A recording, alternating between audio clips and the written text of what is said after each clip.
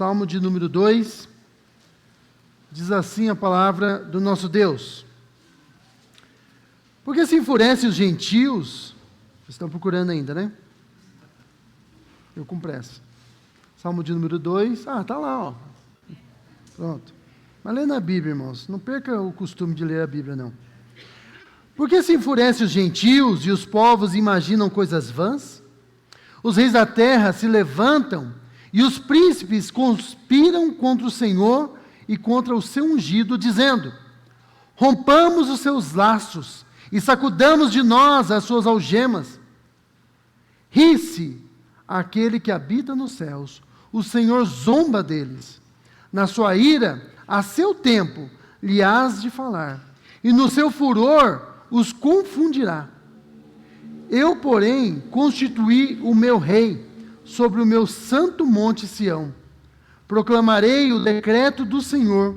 Ele me disse: tu és o meu filho, eu hoje te gerei. Pede-me, e eu te darei as nações por herança, e as extremidades da terra por tua possessão.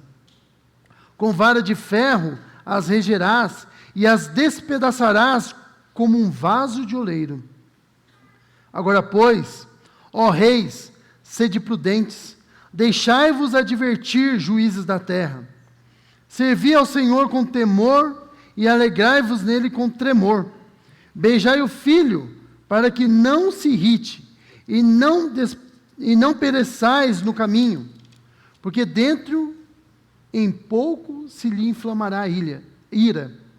Bem-aventurado todos os que nele se refugiam. Até aqui a palavra do nosso Deus.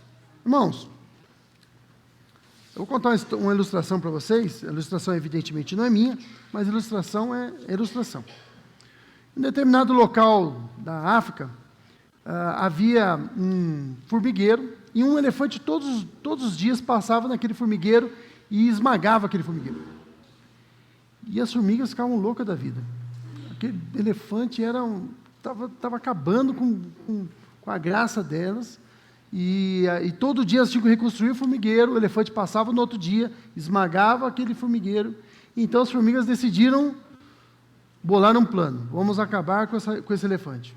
E elas perceberam, as formigas, que na hora que o elefante, antes de passar pelo formigueiro, ele passava por uma árvore que as folhagens da árvore raspavam pelo formigueiro, pelo elefante.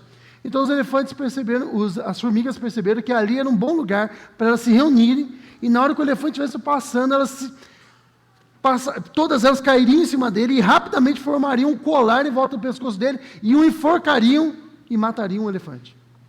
No dia seguinte, o elefante passou pelo formigueiro, as formigas estavam todas ali aguardando naquela árvore. Quando o elefante passou pela árvore, elas pularam em cima, rapidamente formaram aquele colar em volta do pescoço do elefante e apertaram com toda a força.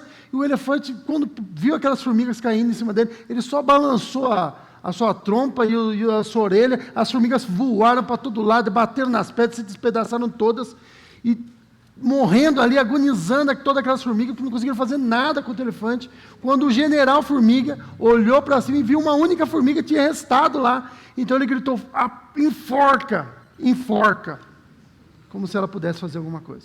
Essa história foi engraçada, mas ela representa, eu sei, foi engraçada, mas ela representa, é só uma ilustração, tá? Não aconteceu de verdade, não que eu saiba, tem acontecido isso de verdade, mas ela representa a tentativa humana de matar Deus, de destruir Deus.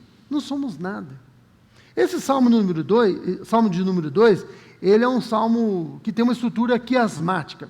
É uma estrutura em forma de X, tá? A gente não percebe isso, tá? Em português. Se você estiver lendo com calma, você não vai perceber. Você precisa estudar esse salmo aqui para você perceber isso. Mas eu vou dar isso aqui fácil para vocês aqui. Eu vou mostrar para vocês como que é uma estrutura quiasmática. Eu gosto dos salmos em quiasmo, porque eles apontam para você qual é o ponto principal do salmo, tá?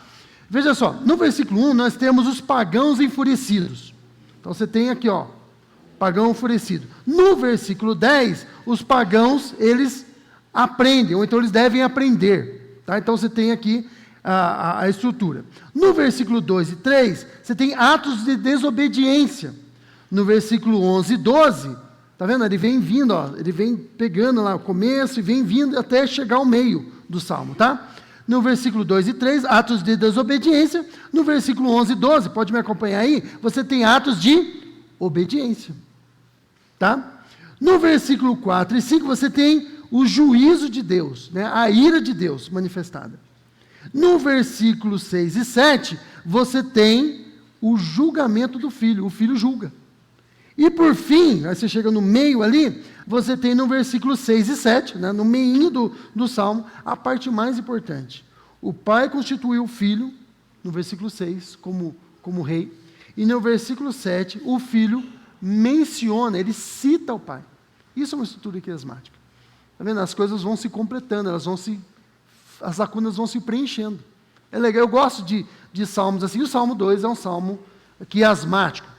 E aí eu já dei para vocês o ponto mais importante. O ponto mais importante desse salmo é que Deus já constituiu o seu rei.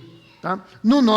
Na nossa Bíblia, esse rei aí está até com letra maiúscula, porque ele não é qualquer rei. Ele é o nosso Senhor Jesus Cristo.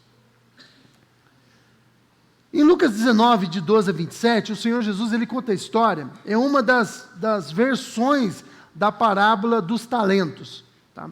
Nessa versão, é dito que o Senhor Jesus, ou que o rei, melhor, ele conta assim, ó, um determinado rei, o Senhor Jesus está contando, um determinado rei, ele decidiu conquistar uma outra região. Ele reuniu suas tropas, eu estou contando a história para vocês, tá? Depois vocês vão ler lá como Jesus contou essa história, eu estou só resumindo a história. Um determinado rei se juntou ao seu exército e ia dominar uma determinada região. E ele reuniu seus servos e disse, olha, deu 10 talentos para um, 5 talentos para outro, e 1 talento para o último, e falou, olha, negocia até que eu volte. E enquanto ele estava se preparando para ir, vieram comissários daquele outro território, e vieram até ele e disseram assim, ó, não venha, não governe sobre nós não gostamos, nós detestamos você, nós não queremos que você reine sobre nós. Mesmo assim o rei vai, ele conquista aquele território, ele retorna depois, chama lá os servos que tinham recebido os talentos para prestar conta para ele, e depois que ele presta conta, aqueles servos prestam conta, ele manda castigar aquele que não fez o que devia ter feito, o que tinha 1 talento, e depois de ter castigado ele, o rei fala, agora tragam aqueles que não queriam que eu reinasse sobre eles, e os extermine na minha frente. É uma linguagem muito forte. Mas, irmãos, nós temos que começar a aprender, se você já não aprendeu, que aquele nosso Deus, que é o nosso Deus, que é amor, ele também é fogo consumidor. Tá? Nunca se esqueça disso. Em Deus está completamente equilibrada o amor e a justiça perfeita. E o Deus que ama é o mesmo Deus que um dia lançará pecadores no lago de fogo e enxofre para sofrerem por toda a eternidade, para a glória do nome dele. Bom, a mensagem desse salmo é muito clara. Todas as linhas convergem para o verso 6. Deus, o nosso Deus, estabeleceu o seu rei. Portanto, toda rebelião contra ele é inútil. Se você tentar se rebelar contra ele, você está fazendo a coisa mais inútil. Não existe maneira nenhuma de se rebelar contra esse Deus. Você não pode. Você pode viver em rebelião, mas você não vai ter sucesso no que você está fazendo. Olha o que diz aqui o verso 1, de 1 a 3. Porque se enfurece os gentios, as outras gentes, né? E os povos imaginam coisas vãs. O que vocês estão pensando é coisa que não vai dar em lugar nenhum. O salmista está dizendo. Os reis da terra se levantam e os príncipes conspiram contra o Senhor e seu ungido, dizendo, rompamos os seus laços e sacudamos de nós as suas algemas. Que ele não governe sobre nós, nós não queremos que ele governe sobre nós. Em Atos capítulo 4, o apóstolo Pedro ele vai dizer que este salmo, ele fala de Jesus. Por isso que nós sabemos que esse salmo é um salmo messiânico. Este rei, aqui que está dizendo, né, o ungido, aqui o Messias, a palavra ungido em hebraico é Meshiá, Messias, que no Novo Testamento, em grego, a palavra Messias é Cristo. Uma vez eu perguntei para os meus alunos assim, qual é o sobrenome de Jesus? Eles disseram, Cristo. Eu falei, errou. Cristo é ungido, é o equivalente grego do hebraico Messias. Esse Messias é Cristo. E o apóstolo Pedro, ele diz para nós lá, em Atos capítulo 4, que o ápice dessa revolta ocorreu quando Pôncio Pilatos e Herodes e aquela liderança judaica, o sumo sacerdote e tudo mais, eles crucificaram a Jesus. Aquele ato de crucificar Jesus foi o ápice dessa revolta. Hoje eu estava falando com os jovens na escola dominical, e nós estávamos estudando o capítulo 36 de Jeremias, que é quando o rei Jeoaquim, filho do rei Josias, ele corta o livro de Jeremias que tinha sido escrito para ele corta e joga no fogo. E nós estudávamos sobre essa tentativa infrutífera dos não cristãos, daqueles que estão fora da igreja, dos ímpios, daqueles que não temem a Deus, de tentar lutar contra Deus, de tentar destruir a palavra de Deus. É uma coisa inútil. Eles tentaram, e enquanto falávamos disso lá na escola dominical, nós dissemos o seguinte: se fosse possível, um homem mataria Deus. Ele já fez isso uma vez. Jesus é o Filho, a segunda pessoa da Trindade. Ele esteve aqui, e como é que nós o recebemos? Você não estava lá, mas tinha lá os seus representantes. Se você estivesse lá, você estaria junto gritando, crucifica, crucifica. É isso que você estaria, não pensa que você estaria fazendo outra coisa. Ia ser um espetáculo para você. Nós só somos o que somos, irmãos, porque Deus nos transformou. E as pessoas estão aí, tentando se rebelar contra Deus. Os escribas e fariseus fizeram isso. Haviam provas, estava muito claro que ele era o Messias. Ele estava cumprindo as coisas. É só você ler os evangelhos. Começa a ficar claro. Se você ler o evangelho de João, vai ficar mais claro ainda. Porque Jesus começa o tempo todo a mostrar como as coisas do Antigo Testamento aplicavam-se a ele. E chegou um momento, quando Jesus cura aquele cego de nascença, que a liderança religiosa de Israel, de Judá, já tinha determinado que qualquer um que confessasse que Jesus era o Messias, deveria ser expulso da sinagoga. Eles tinham certeza que ele era. Mesmo assim, preferiam rejeitar. Olha como eles tinham certeza que ele era. Irmãos, imagine, quando Jesus ressuscitou, os soldados vieram e falaram, olha, ele ressuscitou. Mais do que isso, o que precisava mais do que isso? Mesmo assim, na maldade do coração, no coração obscurecido, o que eles fizeram? Não, nós vamos dar dinheiro para vocês, nós vamos proteger vocês, diga que roubaram o corpo. Maquinaram, você tem planejamento, tem dolo ali envolvido. O mundo está em rebelião contra Deus.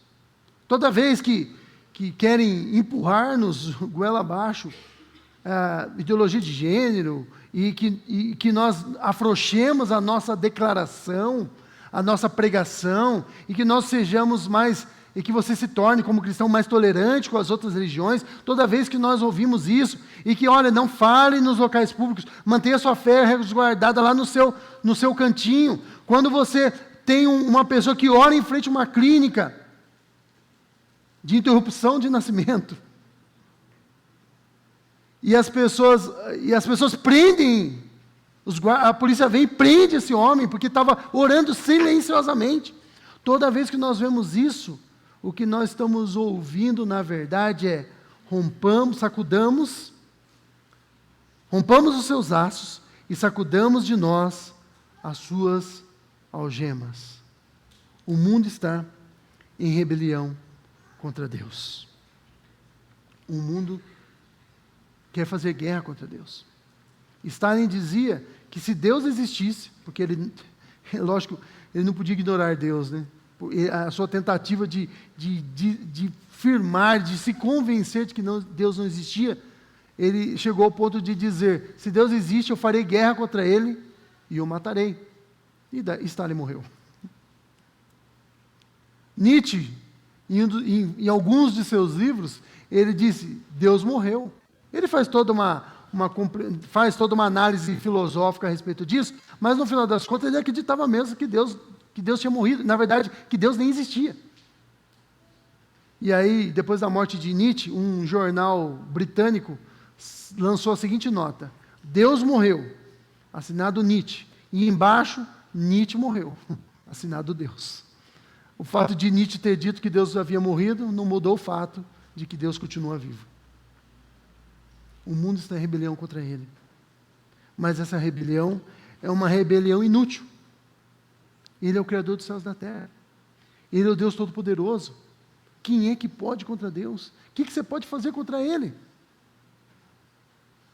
Todas as vezes que nós, de alguma maneira, buscamos satisfação em qualquer outra coisa senão Deus, numa relação extraconjugal, numa relação fora do casamento, quando buscamos satisfação em vícios, em bebida, em entorpecentes, quando buscamos satisfação em dinheiro, em riqueza, em fama, em qualquer outra coisa, o que estamos dizendo com as nossas atitudes? Rompamos as suas algemas e rompamos os seus laços e sacudamos de nós as suas algemas. Mas o Senhor reina. E porque Ele reina, Ele reage a essa provocação. Deus é o soberano do universo, irmãos. Ele podia simplesmente ignorar, mas Ele não ignora. Ele é o Deus Todo-Poderoso. Quem nós pensamos que somos para afrontá-lo? Deus reage. Nós encontramos aqui essa reação de Deus nos versos 4 a 5. Vamos ver. Ri-se aquele que habita nos céus. O Senhor zomba dele. Na sua ira, a seu tempo, lhe hás de falar, e no seu furor os confundirá. Sabe como Deus reage a essa provocação, essa afronta, essa tentativa de rebelião, de se libertar de Deus, de querer ser livre? Porque é isso que todo mundo quer hoje em dia. Eu quero ser livre. Não tem como você ser livre, irmãos. Todo mundo é escravo de alguma coisa. Só um tolo pensaria ao contrário. Ou você é servo de Deus, ou você é servo do pecado. Deus é um Deus de amor, mas o pecado é um senhor tirano. Ele destrói a sua vida. A reação de Deus a essa provocação é rir. É ridículo. O que somos? Quem é a humanidade para se rebelar contra Deus? O que elas podem fazer contra Deus? Não há nada que a humanidade possa fazer contra Deus. Ele dá risada. A Bíblia diz, ele ri. Você pensa que Deus não tem senso de humor? Ele dá risada, é ridículo. É uma coisa patética. Essa rebelião, essa tentativa de tirar Deus do discurso público, essa tentativa, eu lembro, vocês já devem lembrar também, quando começou aquela discussão de tirar Deus, como é que tinha lá na nossa moeda? Só o Senhor. Deus seja louvado, isso, obrigado. Deus seja louvado das nossas moedas, como se Deus fizesse muita questão de ter na nossa moeda o nome dele lá, e aquela discussão, como se tirar o nome de Deus lá, vai apagar Deus da história, vai apagar Deus da nossa mente. Ele ri, ele zomba, é como se Deus zombasse. O texto diz isso, ele zomba deles. É ridículo, é patético. Mas não só isso, irmãos. Deus não apenas ri e zomba, porque o que são eles para fazer alguma coisa? O que são os homens para fazer qualquer coisa contra Deus? O texto diz que ele também, no versículo 5, na sua ira, a seu tempo, lhe hás de falar. Irmãos, quando a gente lê o Salmo 46, Deus é o nosso refúgio e fortaleza, socorro bem presente na hora da angústia, pelo que não precisamos ter medo, ainda que a terra se mude, ainda que os montes se transportem pelo meio dos mares, ainda que as águas rujam e se perturbem. Há um rio cujas correntes alegram a cidade de Deus, o santuário das moradas do Altíssimo. Deus está no meio dela, não será abalada. Deus a ajudará ao romper da antemanhã. As nações se embraveceram, os reinos se moveram. Você vê aquela convulsão toda. O que Deus faz? Ele levanta a sua voz, e o que acontece com o mundo? O mundo derrete. Toda essa ira, toda essa raiva, toda essa rebelião contra Deus, ele só precisa levantar a voz e tudo acaba. Quando a gente assiste filme filmes de ação, que tem guerra, Vingadores Ultimato.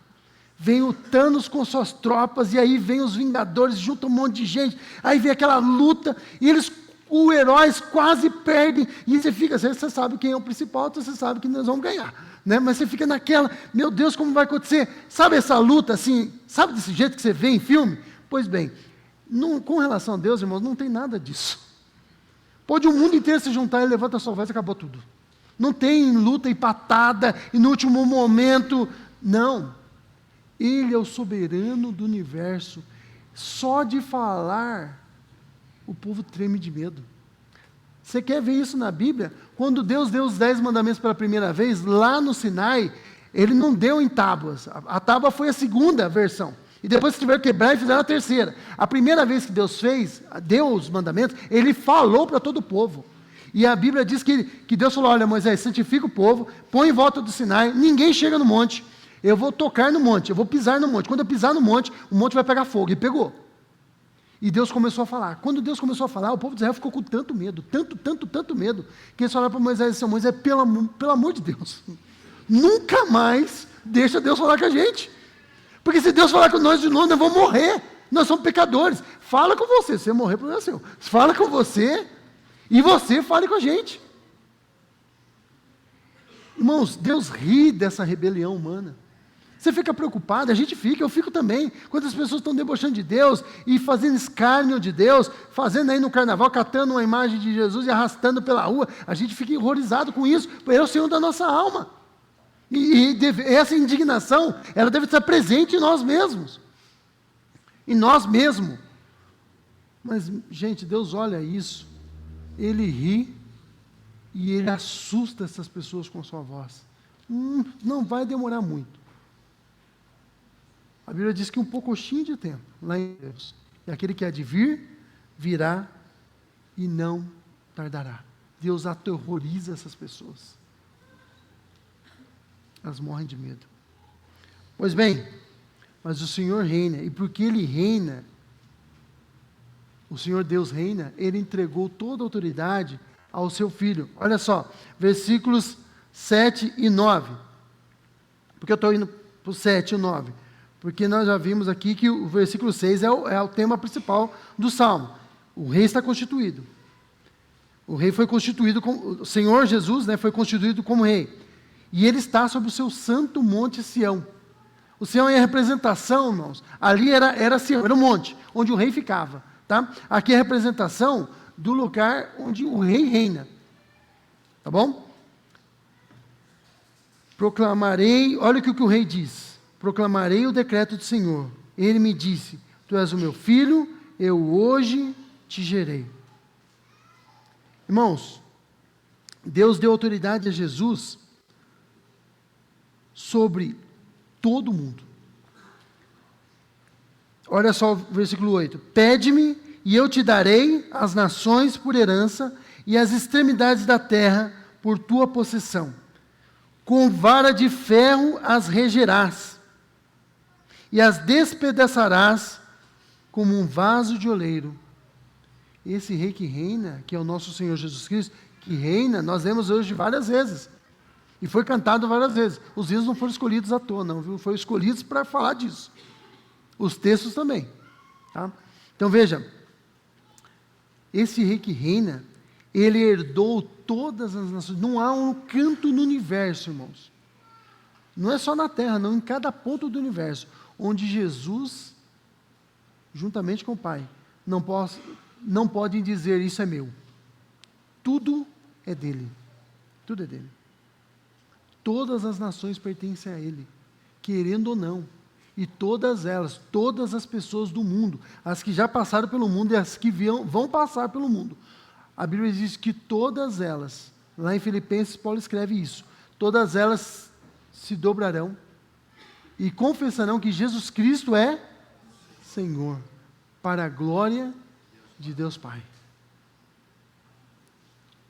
Ele é o Senhor Ele não é o Senhor somente de nós da igreja, Ele é o Rei de todos. Ele é o Rei do universo, muito bem. O Rei do universo. Toda a terra pertence a Ele.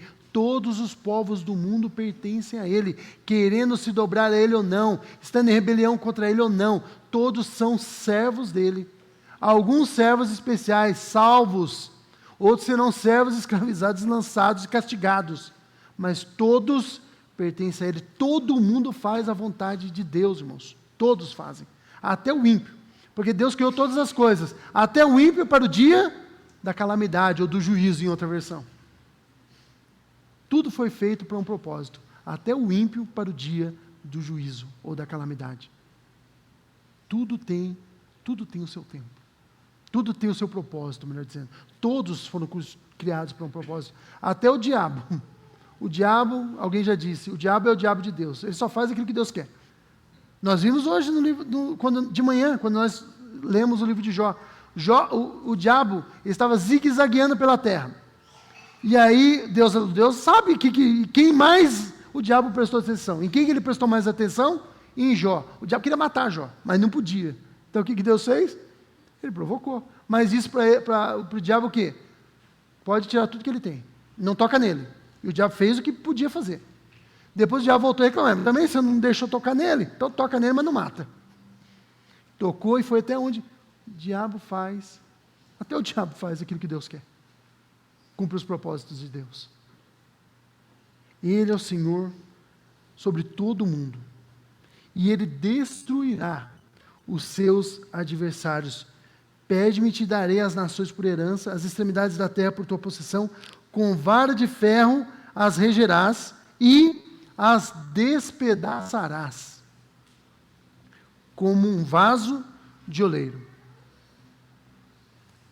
Nós estamos estudando o livro de Apocalipse nas quartas-feiras. Nós vamos começar agora o capítulo 9. Nós estamos começando o capítulo 9. Nós vamos chegar no capítulo 14. No capítulo 14, o Senhor Jesus, ele esmaga a vinha da sua ira. E é dito que o sangue que corre daquele lagar da ira de Deus, ele chega a 1,5 metro de distância e a alguns quilômetros. Era o quilômetro, era a distância mais ou menos de Roma a Jerusalém. É muita coisa. A linguagem de juízo é muito forte.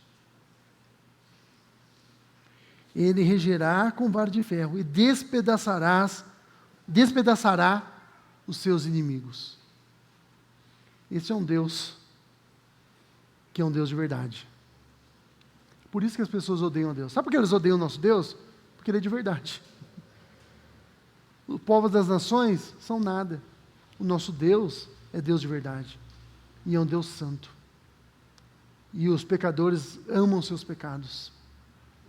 Ele reina sobre todo o mundo, e Ele reina e destruirá, porque Ele reina, Ele destruirá os seus adversários.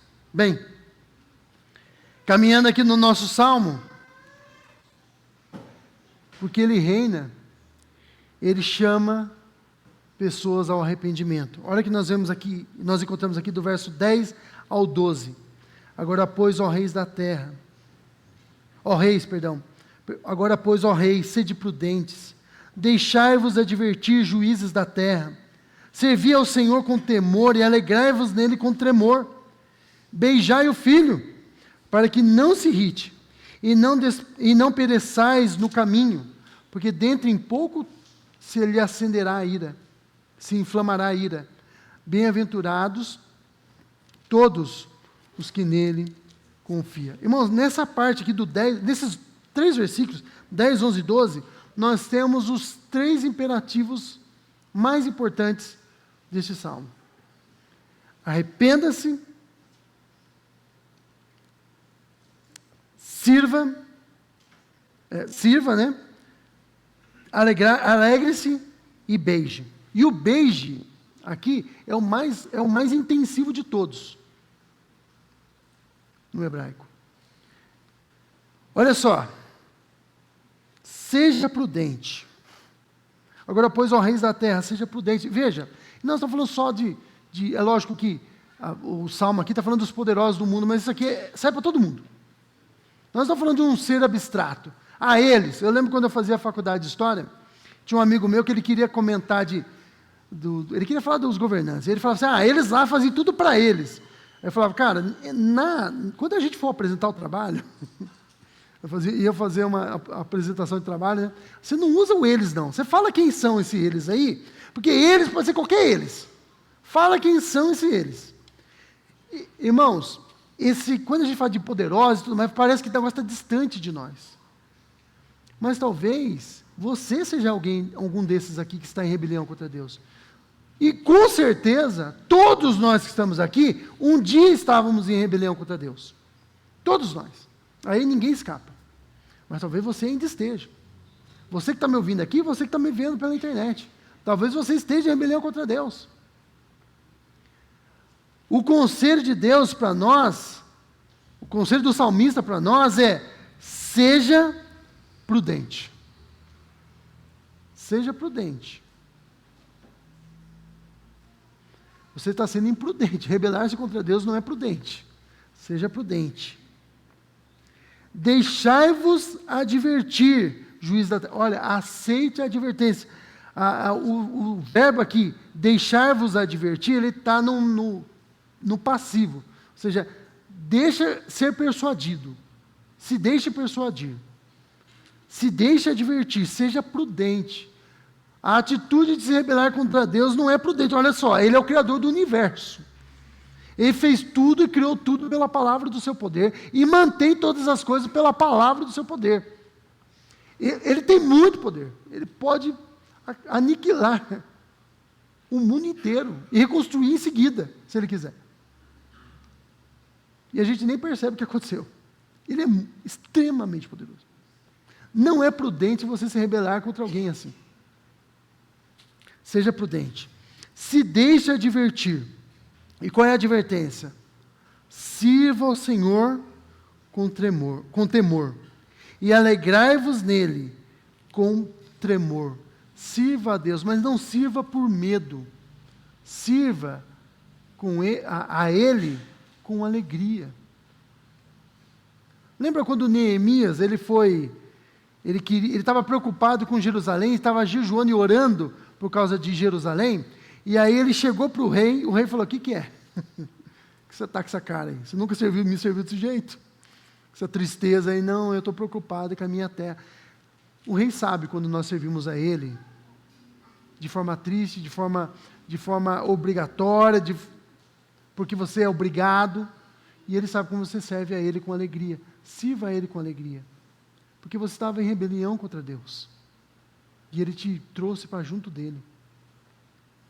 Sirva a Ele com alegria. É bom servir a Deus. Ele nos dá paz. Ele nos dá de si mesmo para nós. Ele nos dá a sua companhia. Ele nos dá a sua presença. Ele nos faz senti-lo perto. Ele fala aquilo que precisamos ouvir. Ele nos corrige. Ele nos dá a alegria da salvação. Sirva a Ele com alegria. Sirva a Deus com alegria. Irmãos, é bom a gente poder adorar a Deus. É bom poder servir a Deus. É bom a gente estar aqui e cantar os hinos. Estava cantando que hinos maravilhosos. E eles só estavam falando daquilo que Deus é. Não precisa acrescentar nada. E já é, não tem como acrescentar, na verdade. Ele já é totalmente glorioso. Sirva a Ele com alegria. Beijai o filho. A ideia aqui, irmãos, do beijar o filho, é se ajoelhar e beijar os pés, num sinal de desespero mesmo, porque o juízo vem, a chama crepitante do lago de fogo está aí. Beije o filho, se humilhe diante dele. A Bíblia diz: humilhai-vos diante do Senhor, para que Ele, a seu tempo, te exalte. Se vocês conhecem a história de Israel, havia um rei de Israel muito ruim, péssimo, chamado Manassés. O Manassés, ele foi levado preso, e ele se arrependeu. E ele clamou a Deus, e se humilhou diante de Deus. A Bíblia diz que ele se humilhou. Sabe o que Deus fez, irmãos? Deus mandou ele de volta. Deus providenciou a libertação de Manassés. Se humilhe, beije o filho. Por quê? Porque muito em breve a sua ira se acenderá. Olha só, para que não se irrite e não pereçais no caminho.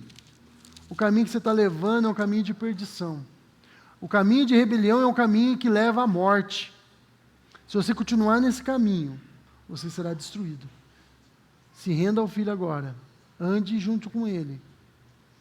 Porque breve, muito breve, um pouquinho de tempo, é aquele que há de vir e virá. A sua ira em breve há de se inflamar. Voltar-se contra o Cristo é voltar-se contra o próprio Deus.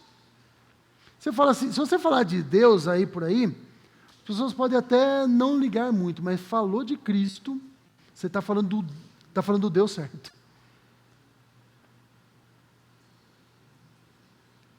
Cristo em breve, irmãos, muito em breve. E a linguagem que o livro de Apocalipse traz, que João traz lá no livro de Apocalipse, é muito forte. Ele estará assentado sobre o trono. O trono é branco. Não há mácula nenhuma, não há nenhuma mancha, há só santidade. E esse Deus que é santo julgará todos os povos. A Bíblia diz que os céus e a terra fugiram e não achou-se lugar para eles. E todos tiveram que comparecer diante desse tribunal e foram julgados. Um dia todos passarão por isso. Beije o filho enquanto é tempo. Beije o filho enquanto é tempo. Naquele texto que nós lemos lá, ou melhor, que eu mencionei na introdução, lá de Jesus, lá em Lucas 19, de 12 a 27, Jesus ele manda exterminar aquelas pessoas na frente dele. Bem, se você que está aí ouvindo essa mensagem, está em rebelião contra esse Deus, se você ainda não caiu de joelhos e confessou Ele como único e suficiente Salvador da sua vida, essa mensagem é para você. Se você que está aqui me ouvindo, já está na igreja há algum tempo e ainda está em rebelião contra Deus, quer romper os laços, quer quebrar as algemas e quer viver do jeito, é a sua vida, eu quero viver do jeito que eu quiser. Eu mando em mim. Se você é desses, faça as pazes o mais rápido possível, beije o pé do filho e viva do jeito dele. Você não foi chamado para ser igual a você. Você foi chamado para ser igual a Jesus. Quanto a nós que já cremos em Cristo, irmãos, que o servimos, que já beijamos o pé dele, que já nos rendemos a ele, que o servimos com alegria, esse salmo é um salmo de grande esperança.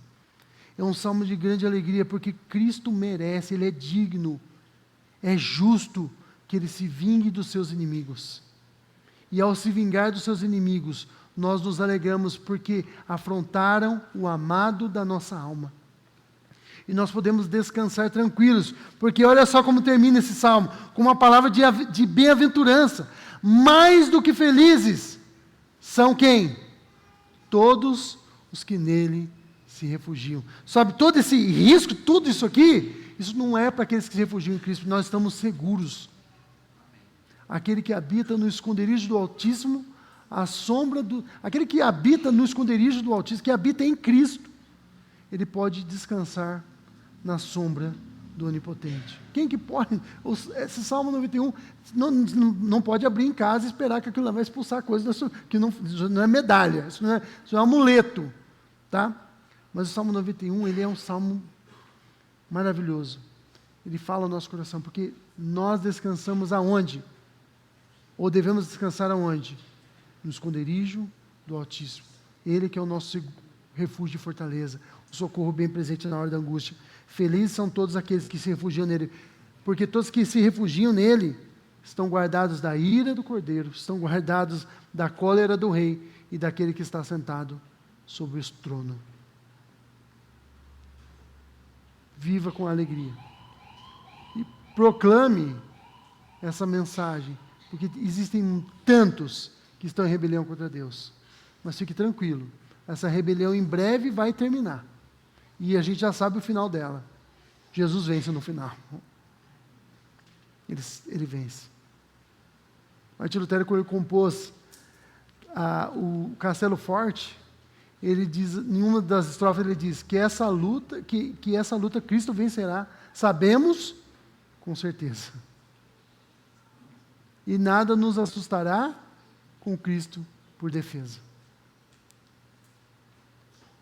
Que essa mensagem tenha falado forte no seu coração. Esse é o nosso Deus. Esse é o Deus desse Salmo número 2. Esse Deus que nós servimos. E é o Deus que nós devemos temer e tremer diante dEle. Servir com grande respeito, sabendo que Ele é superior a nós, mas também com grande alegria, porque Ele nos recebe em Cristo como filhos e filhas. Somos filhos dEle, refugiados nele, e esse juízo não se aplicará a nós.